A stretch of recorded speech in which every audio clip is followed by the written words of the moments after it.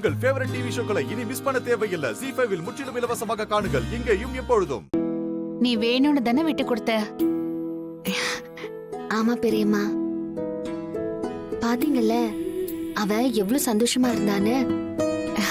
அவளோட இந்த சந்தோஷத்துக்காக தான் நான் இந்த ஆட்டத்தை அவளுக்காக விட்டு கொடுத்தேன். ஆனா அவரு உனக்கு போட்ட மோதிரத்தை அவளுக்கு கொடுத்துட்டியே மாயா. அவ ஜெயிச்சது கூட அவளுக்கு சந்தோஷம் கிடையாது. அந்த மோதிரத்தை பெரியப்பா கையால அவளுக்கு போட்டப்பதான் அவ ரொம்ப ரொம்ப சந்தோஷப்பட்டா. எங்களுக்கு நடுவுல ஏற்பட்ட பிரச்சனைக்கு அந்த மோதிரமும் ஒரு காரணமா இருக்கும்னு எனக்கு தோணுச்சு. அதான் அத பெட்டு கட்டி அவகிட்ட வேணும்னே தோத்துட்டேன். உன்னை பாக்குறப்ப என்ன பாக்குற மாதிரியே இருக்கு மாயா. நானும் என் தங்கச்சிக்காக விட்டு கொடுப்பேன், அவளும் எனக்காக நிறைய விட்டு கொடுப்பா. யாரு யாருக்காக விட்டு கொடுத்தது மறுபடியும் சொல்லுங்க பாப்போம். நீங்க விட்டு கொடுத்தீங்களா இல்ல அவங்க விட்டு கொடுத்தாங்களா? வாழ்க்கையை நீங்க விட்டு கொடுத்தீங்க. இந்த மாதிரி சின்ன சின்ன விஷயத்துக்கா நீங்க ஆசைப்பட்டிருக்க போறீங்க? உன்னை அவ எனக்காக விட்டு கொடுத்திருக்காளே, இப்பவும் நீங்க அவங்கள விட்டு கொடுக்க மாட்டீங்களே பெரியம்மா. நான் என்னைக்குமே என் தங்கச்சியை விட்டு கொடுக்க மாட்டேன்.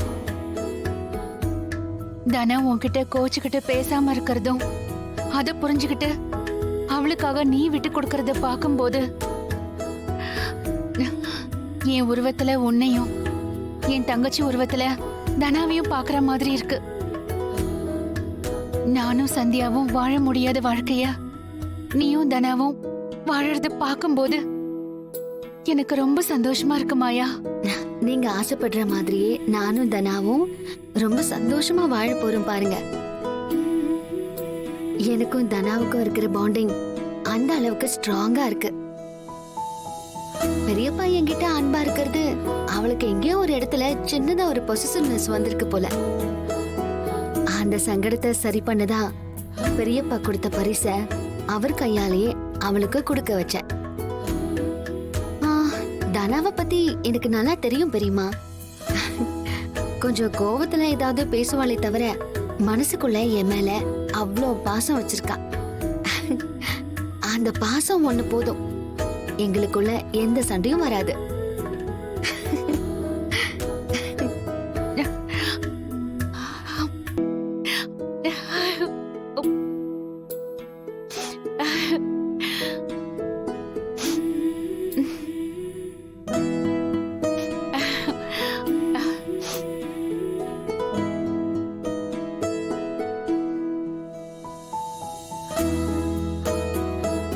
ZEE5 ஆப்பை டவுன்லோட் செய்து அனைத்து எபிசோடுகளையும் இலவசமாக பாருங்க.